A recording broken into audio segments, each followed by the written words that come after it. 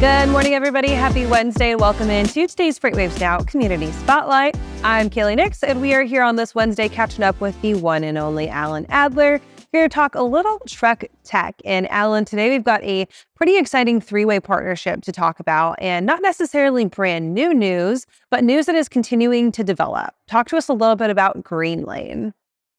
Yeah, Greenlane, well named, I think. It is a joint venture, I suppose, is the best way to call it, between Daimler Truck North America, NextEra Energy, and BlackRock, their investment part of BlackRock, which basically is working on will eventually be a nationwide infrastructure for electric trucks. Medium and heavy duty are the primary focus. They'll do some hydrogen eventually as well.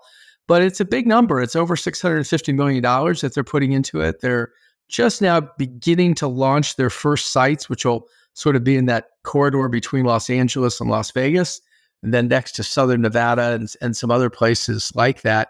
The big focus for these guys will be West Coast, East Coast, and then sort of what's called the Texas Triangle, San Antonio and Dallas and Houston.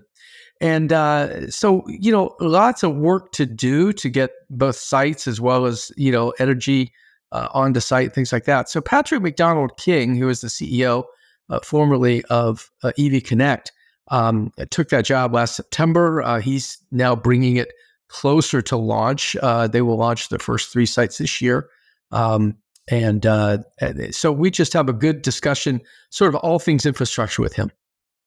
So we all know from all of our conversations about EVs and alternative fuels and drop-in fuels and this transition to cleaner energy that everybody's big question is always infrastructure, right? And there's really not a whole lot of clarity around it when we talk about infrastructure. We say like, this is a problem like that we're working on and we're thinking about it.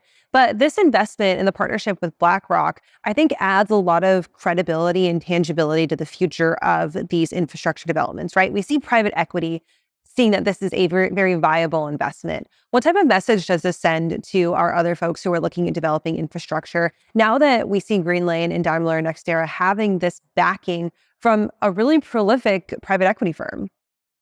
Yeah, I think the numbers really do matter. I mean, size counts and the ability to actually get things in the ground. I mean, these guys, of course, NextEra Energy and BlackRock both have a substantial amount of experience in some of the things that you need, obviously financing from a BlackRock perspective, but NextEra Energy knows a lot about the grid. They know a lot about where sites are, what are the best places to do electric charging. I mean, it isn't just a question of, throwing up 170,000 gasoline stations like we've done over the decades in the US. You've got to pick your spots, and you've got to pick both where energy is easily available, probably from the grid, primarily from the grid.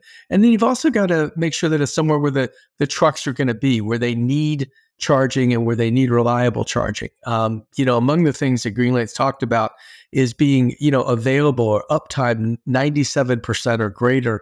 That's huge, because a lot of what you're hearing right now about electric charging, especially for passenger cars, is that you pull in to charge, find out the charger's out of service. And that's more than a little bit of the problem out there with electric charging. So as Greenlane begins to, what's the term he uses? Call it go live with these sites. They want to make sure they're reliable because, unlike a passenger car where, a delay might be it's sort of aggravating, it costs money when it's a truck that's involved. So their goal is, as I said, high uptime and reliability and that sort of thing. And they're also picking to start with kind of the intersection between kind of the 215 and the 10 out in the West, which is big truck area, a lot of regional haul and things like that are going to need both topped off and then charged for longer periods. They're also looking heavily at megawatt charging, which is not irrelevant today because no trucks can handle those large loads, so load charging loads, but they will at some point. And it's interesting that they're looking at sort of the Oregon or Washington area too. And one of the first megawatt chargers in the country is located very near Daimler's headquarters on what's called Swan Island in Portland. And, this is the kind of thing that will ultimately, sort of distinguish the winners in terms of the infrastructure space, because you've got to be able to get your charging time down to around the time it takes to fill a diesel truck with fuel or a hydrogen truck. And again, I mentioned, Greenlane does plan to offer, hydrogen fills as well. So, we'll see where all this goes, but they seem to have every partner and every piece of it figured out. It just takes time to implement it. So, Alan, questioning about that partner piece, let's talk a little bit about the public aspect of this, right? Because obviously, if we're talking about being in California and Texas, two states where infrastructure and grid infrastructure in particular is very much dependent on either privately owned co-ops. If you're out in Texas, some spots, it's kind of a mismatch of electricity providers versus the publicly owned utility grid, the ones that are funded by the state. Is there any of that type of talk going on between public-private partnerships of this kind of trio and also working with those state providers to make sure that the grid itself, the actual power grid that is run in your states, is able to support their ventures? I think the answer has to be yes. I mean, you're not going to go to someone who doesn't have a viable grid or has a grid. I mean, they obviously they want as much green energy as they can, which means they'll have solar or alternative fuel type availability at every site. Because they obviously have to protect for the periods when there might be a disruption in power, which can't happen. We saw that 2 years ago in Texas with that ice storm. So I think this is something that they're looking at and trying for resiliency everywhere they can get it. That's kind of a big word, but it does apply in the case of charging networks. To be able to do that. Also, should mention that in terms of data gathering, they're also working with Uber Freight to look at some of the data they have in terms of where these trucks go and things like that, and where the charging is most needed. I mean, remember, this is a for-profit operation. This is not something that is altruistic. So they are 100% public charging. This is not behind the fence or private charging like some of the things that are being developed are, but rather this is truly along the highways kind of infrastructure. And it's the kind of thing that at this point, more and more is needed. It's not a question of, shutting anybody out. You didn't really ask this question, but I think it's important to say that, their competition at this point are also cooperators, because, you've got to build an infrastructure and it needs much more than we have today. I think the figure we used recently was there's roughly 60,000 public charging sites for cars in this country, and there are 10 public charging sites for trucks. So you can see the disparity, and you can also see where the greatest need is. If you build it, the trucks will charge, is what it sounds like. So that's the show coming up And later if on not, today. with not the paperweights, right? Really big paperweights. Absolutely. Absolutely. So that's the show for today. Coming up this week for the newsletter, that'll be Friday. You got a little bit of a new segment that you're trying on for size. Talk to us a bit about who we're catching up with.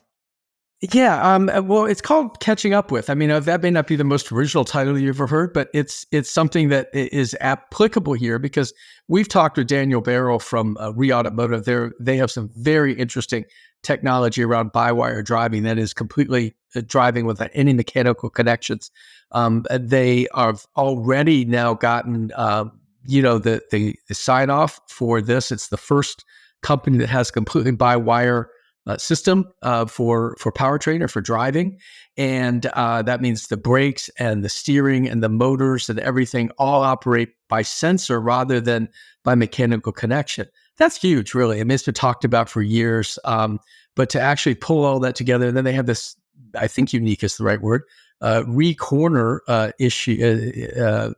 device that basically puts all the powers at the four wheels, all of the connections, again, not mechanical connections rather, but all the sensors, everything are there. And that opens up the whole floor for batteries and that sort of thing. So they are now in testing with their first vehicles. The system itself is being imported from the UK right now. It will be assembled later this year. They'll start full assembly at a yet unnamed company that will do the upfitting or the pulling together, like a Fontaine modification, although that's not necessarily what it is. But they will have all those together. They've got some vehicles in testing now. Their P7C chassis, which is a Class 4 chassis, takes up to 16,000 pounds of cargo. So really just a great catch up with Daniel Barrow on what they're doing and what they're up to. You'll probably see more catching up with over time. We can name this thing anything we want, really, but the 5 minutes with thing has caught on pretty well. They seem to do pretty well out there when we split them out of the newsletter and put them on YouTube for people to look at. So we'll keep doing that. There you go. Well, Alan, thank you for joining us here this morning. And of course, we will see you later on this afternoon for Truck Tech, the show. We can subscribe to that Truck Tech newsletter and catch it Friday afternoons or Friday mornings right here from freightwaves.com. We'll talk to you next week. Okay.